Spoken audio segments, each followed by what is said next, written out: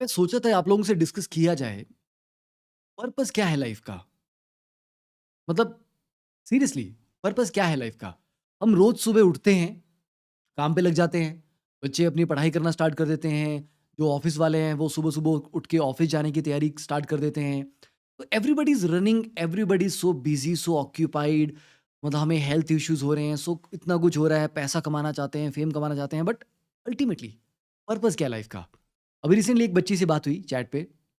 उसने काफ़ी साल नीट की तैयारी की, ठीक है, आई थिंक 4 या 5 अटेम्प्ट्स हो गए एंड अभी भी नीट जब नहीं क्लियर हुआ तो she was very, very like shattered totally कि ये इतने साल तैयारी की, इतना समय अपनी ज़िंदगी का दिया और इस प्रोसेस में शी सेड कि she lost all the friends. सारे दोस्त चले गए क्योंकि सभी दोस्त अपनी-अपनी पढ़ाई में आगे-आगे निकल गए होंगे, कुछ ना कुछ करने लग गए होंगे, ठीक है?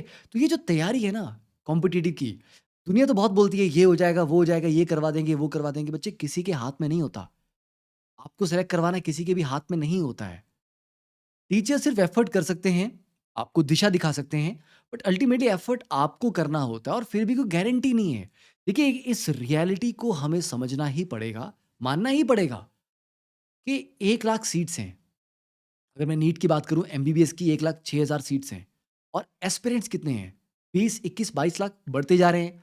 तो आपको नहीं लगता कि 21 लाख बच्चे अगर अपीयर होंगे, कुछ भी कर लें, यार 20 लाख का तो एमबीबीएस नहीं निकलेगा ना। कुछ भी कर लेंगे तब भी नहीं निकलेगा। 20 लाख को तो फेल होना ही है। पर प्रॉब्लम वो नहीं है कि 20 लाख को फेल होना है।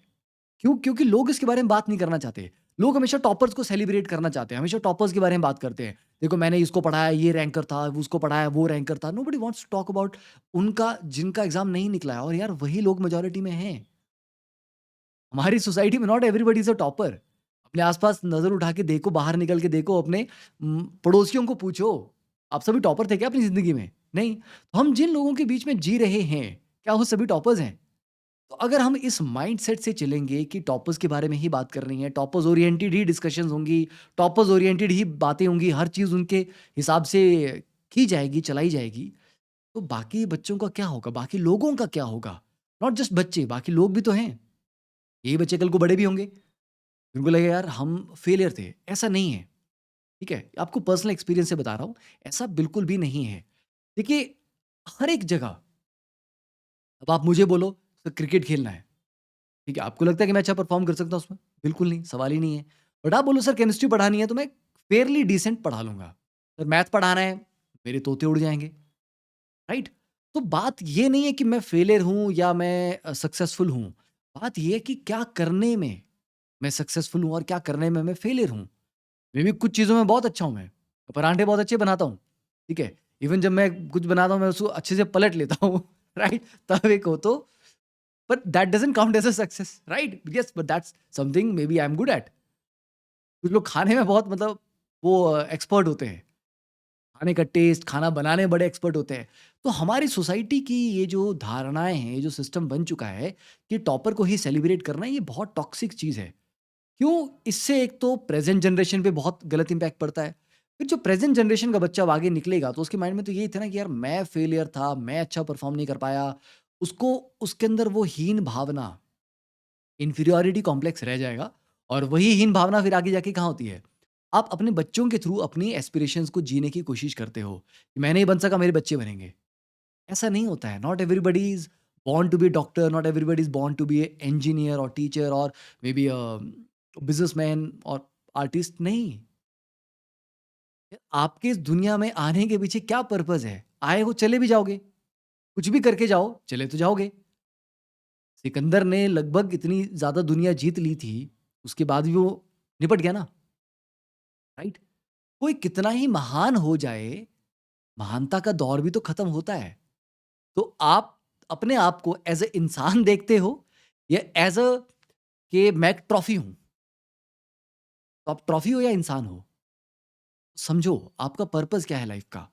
अगर आप खुश नहीं हो, चलिए मान लिया आप तैयारी कर रहे हैं और आपको तैयारी करनी है और आपका ड्रीम है मुझे डॉक्टर बनना है। बट अगर वो तैयारी आपको खुशी नहीं दे रही, आप पढ़ते हो, डेली कुछ सीखते हो, स्ट्रगल करके कुछ नया समझते हो, क्वेश्चन सॉल्व कर रहे हो और उसमें आपको अच्छा लग रहा है। वो स्ट्रगल कहीं न कहीं आपको एक एन्जॉयमेंट भी दे रहा है, तब तो वो स्ट्रगल सही है। बट अगर वो स्ट्रगल में आपको एन्जॉयमेंट नहीं दे रहा है, कहीं खुशी नहीं दे रहा है, तो आप बहुत ही गलत रास्ते पे हो। आप कुछ भी कर लोगे, आप करोड़ों कमाने लग जाओगे, मेबी बाद में फ्यूचर में, बट अगर आप खुश ही नहीं होगे, तो you will be a toxic person. आपके आस-पास वाले लोग आपसे दूर रहना चाहेंगे, आपकी फैमिली वाले आपसे दूर रहना चाहेंगे because you will be a toxic person. Toxic इंसान के आस-पास कोई नहीं आना चाहता। तो बताइए ऐसा इंसान क्या पैसे को खाएगा क्या? बिकॉज़ देयर आर केसेस, आपने कभी सुना होगा हाइली सक्सेसफुल लोग, ठीक है, किसी का आईएएस क्रैक हो गया, उसके बाद उसने सुसाइड कर लिया। ठीक है, कोई टॉपर था, उसने उसके बाद ज़िंदगी में आगे सुसाइड कर लिया। कोई अमीर बिलियनियर्स, दे शॉट देमसेल्व्स। ऐसा क्यों होता है? या जिनके अकाउंट में हज़ारों करोड़ पड़े हों, हज़ारों नहीं, हज़ारों करोड़ पड़े हों, ऐसे एग्ज़ाम्पल हैं, उन्होंने खुद को गोली मार ली है। बिकॉज़ ज़िंदगी के कुछ अनुभव ऐसे होते हैं, जिनका पैसे से कोई सॉल्यूशन नहीं होता। ठीक है? अगर आप एक टॉक्सिक पर्सन हैं, आपके आस-पास टॉक्सिसिटी है, पैसा उसको सॉल्व नहीं कर पाएगा। आपके आस-पास दोस्त नहीं है, आपकी ज़िंदगी में अच्छे दोस्त ही नहीं है ही नहीं। आपको कोई प्यार नहीं करता, आपके साथ कोई रहना नहीं चाहता, बात नहीं करना चाहता, आपसे सभी को मतलब है। ऐसी ज़िंदगी का क्या फ़ायदा है? तो बच्चे, आपका एग्ज़ाम निकले ना निकले, एक चीज़ को समझो, आप फिर भी उतने ही महान हो, आप उतने ही अच्छे हो। एग्ज़ाम से कोई अच्छा नहीं हो जाता और एग्ज़ाम ना क्रैक करने से कोई बुरा नहीं हो जाता, कोई कम नहीं हो जाता। ठीक है? अब आप बोलोगे सर ज्ञान देना बड़ा आसान होता है। नहीं, ऐसा नहीं है, ज्ञान मैं हमेशा जिस चीज़ को मैंने खुद एक्सपीरियंस नहीं किया हो, मैं उसके ऊपर ज्ञान नहीं देता। मतलब मन तो बड़ा करता है। यार देखो दुनिया इतना ज्ञान दे रही है यूट्यूब पे बैठ के, और मतलब मैं क्या कर रहा हूँ? मतलब एटलीस्ट मैंने इनसे तो ज़्यादा एक्सपीरियंस शायद लिया है। मतलब 15-15 साल के बच्चे भी ज्ञान देते हैं। ऐसा लगता है कि यार मेरी तो उम्र ज़्यादा हुई कि मैंने तो बहुत कुछ एक्सपेरिमेंट किया लाइफ़ में। बट फिर भी मैं ऐसी चीज़ों के ऊपर ज्ञान नहीं देता, जिसका मुझे खुद को एक्सपीरियंस नहीं है। अब इसका एक्सपीरियंस मैं आपको कैसे दे सकता हूँ? देखिए, अब सिंपल से अगर बात करूँ मैं, तो देयर वाज़ अ टाइम जब मैंने भी यूट्यूब पे बहुत अच्छा सक्सेस देखा है ना? And I have seen a very bad time also on YouTube. शुरुआत करते समय भी, अभी भी अगर बात करें अगर हम, ठीक है? तो अभी चीज़ें ऐसा तो नहीं कि बहुत अच्छी चल रही हैं, आपको भी पता है, मुझे भी पता है। बट अगर मैं उसको ये डिफाइन करना स्टार्ट कर दूँ कि मेरी सक्सेस या मेरी अच्छाई या मेरा जो टैलेंट है या कैपेबिलिटी है, इस पे डिपेंड करेगा कि मैं कितने बच्चों को पढ़ा पा रहा हूँ। क्या एक अच्छे टीचर की ये पहचान है, कि उससे कितने टीचर बच्चे पढ़ रहे हैं? बिल्कुल भी नहीं, बिल्कुल भी नहीं, राइट? एक अच्छे टीचर की पहचान ये होती है कि वो अपने काम को लेके कितना सिंसियर है, कितने अच्छे से नई चीज़ें सीख के बच्चों को सिखा रहा है, बच्चों को कितना मोटिवेट कर रहा है, सही डायरेक्शन दिखा रहा है। आप कितने बच्चे पढ़ा रहे हो, ये कभी भी आपकी सक्सेस का, हाँ, सक्सेस का आपका चलिए मापदंड हो सकता है। आप ज़िंदगी में सही हो, गलत हो, उसका मापदंड नहीं हो सकता। ठीक है? तो मैंने भी वो फ़ेज़ दोनों झेले हैं। बहुत अच्छा भी देखा है, बहुत बुरा भी देखा है। पर्सनल लाइफ़ में बहुत अच्छे फ़ेज़ भी देखे हैं, बहुत गंदे फ़ेज़ भी देखे हैं। कभी-कभी ऐसे फ़ेज़ भी देखे जहाँ पर ऐसा लगा कि यार सब कुछ छोड़-छाड़ के निकल लिया जाए, लिटरली निकल लिया जाए। तो ये जो डिप्रेशन है, कभी कुछ करने का मन नहीं करता, मेरा भी नहीं करता। मैं जितने लोगों को जानता हूँ सभी की ज़िंदगी में ऐसे-ऐसे फ़ेज़ रहे हैं, नहीं करता। आप दुनिया से एकदम कट ऑफ हो जाना चाहते हो, आप किसी से बात नहीं करना चाहते। ये फ़ेज़ सबकी ज़िंदगी में आता है, किसकी ज़िंदगी में नहीं आया? सबकी ज़िंदगी में आया है। इट इज़ नॉर्मल बिकॉज़ हम इंसान हैं, हम मशीन नहीं हैं। हम रोज़ सेम एक्सप्रेशन के साथ नहीं जी सकते। हमारा एक्सप्रेशन भी बदलेगा, हमारे इमोशंस भी बदलेंगे, हम बदलेंगे with every single moment, every single day.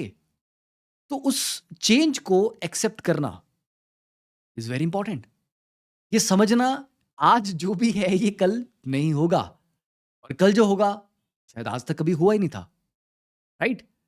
इसीलिए टेक एवरीथिंग के, हाँ यार ठीक है, अच्छा है, बुरा है, दिस इज़ लाइफ, एक दिन खत्म हो जाएगी।